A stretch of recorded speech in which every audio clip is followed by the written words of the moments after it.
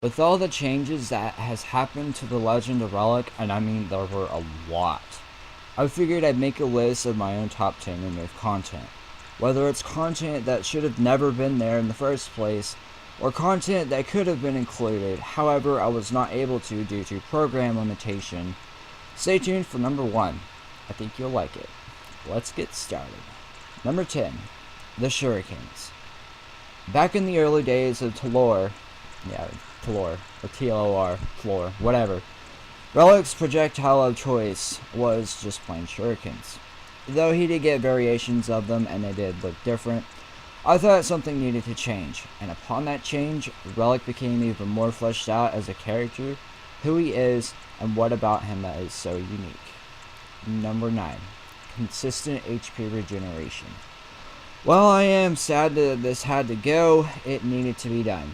Anything that drops my game's frame rate is a no-go for me, as well as I am sure it is for you too. Number 8. The Legend of Relic's theme in Dasmary Badlands. I know what you're thinking, that it's kind of odd for me to put that here. Well, to be honest, I do like the theme, but nowhere near as much as I like my newer music that I've made for it. I mean, just listen to this.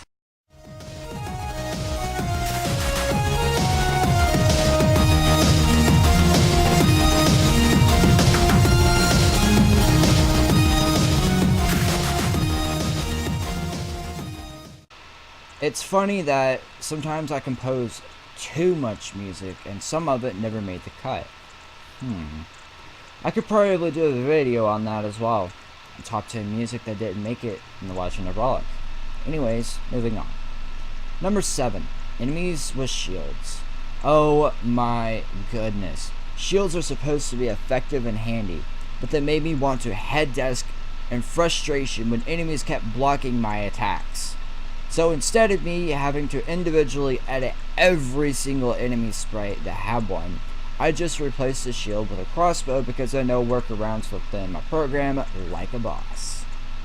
Number 6. Relic's first set of attack vocals.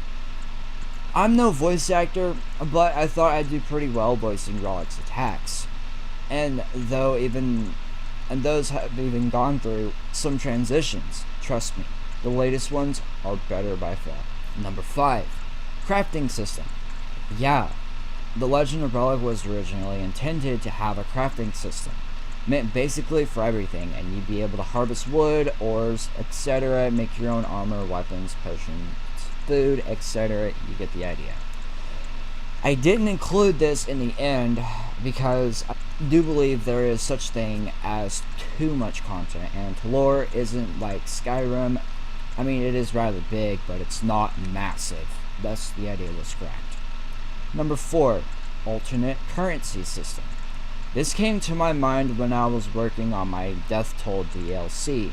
However, these functions are very annoying for me to work with as a developer, and they would only serve one single purpose in my game for one small area. Thus, the idea was tossed out. Number 3. Having to beat the alternate ending to unlock Vom as a playable character. While you can still unlock Vom in the traditional means and play as him after beating the alternate ending for Relic, I decided last minute to just let players, when they start a new game, choose between 2 separate characters. First 2 additional playstyles as well as 2 different storylines that intertwine with one another. Vom has an alternate ending as well. The story in The Legend of Relic is phenomenal. Trust me, when you think you've got it all figured out, it just gets deeper and more compelling. And that's the way it should be. Number 2. Early access to the travel crystal within Sanctum of Scales. I used to think that this should be left alone, and that if you were too curious enough to go to places you haven't been yet, then it was your own fault. I'm just being honest. However, I at last agreed that it was more professional to restrict access to the travel crystal until you have done what Lord Belver had asked of you. Alright, number 1. Flambe, the slime companion. I thought this would be a cool and rather cute idea. Recently, before I finalized The Legend of Relic and uploaded it, I got inspiration from this anime that I watched called That Time I Was Reincarnated as a Slime. Great anime, by the way. Anyways, Flambe was this crimson red slime that was to serve as your first companion, and you met him as Relic within the Asmeri Badlands. Flambe's skills were exactly like Relic's, and he could use any and all manner of weapons, and he would reward you if you escorted him safely to Sanctum of Scales without him dying at all. This was a very tough talent challenge in and of its own, and if he died, that was it. You could not revive him because revival items don't come into play until right before you get your dragon, Micaiah. Flambe would reward players with the flambe shot, a unique crossbow that uses no ammo. Sadly, flambe had to be scrapped because my program could not figure out a pose for flambe when he died, thus the game would always crash. And there you have it, the top 10 removed content from the Legend of Relic. Stay tuned for my next video, the top 10 added content for the Legend of Relic. Thanks for watching.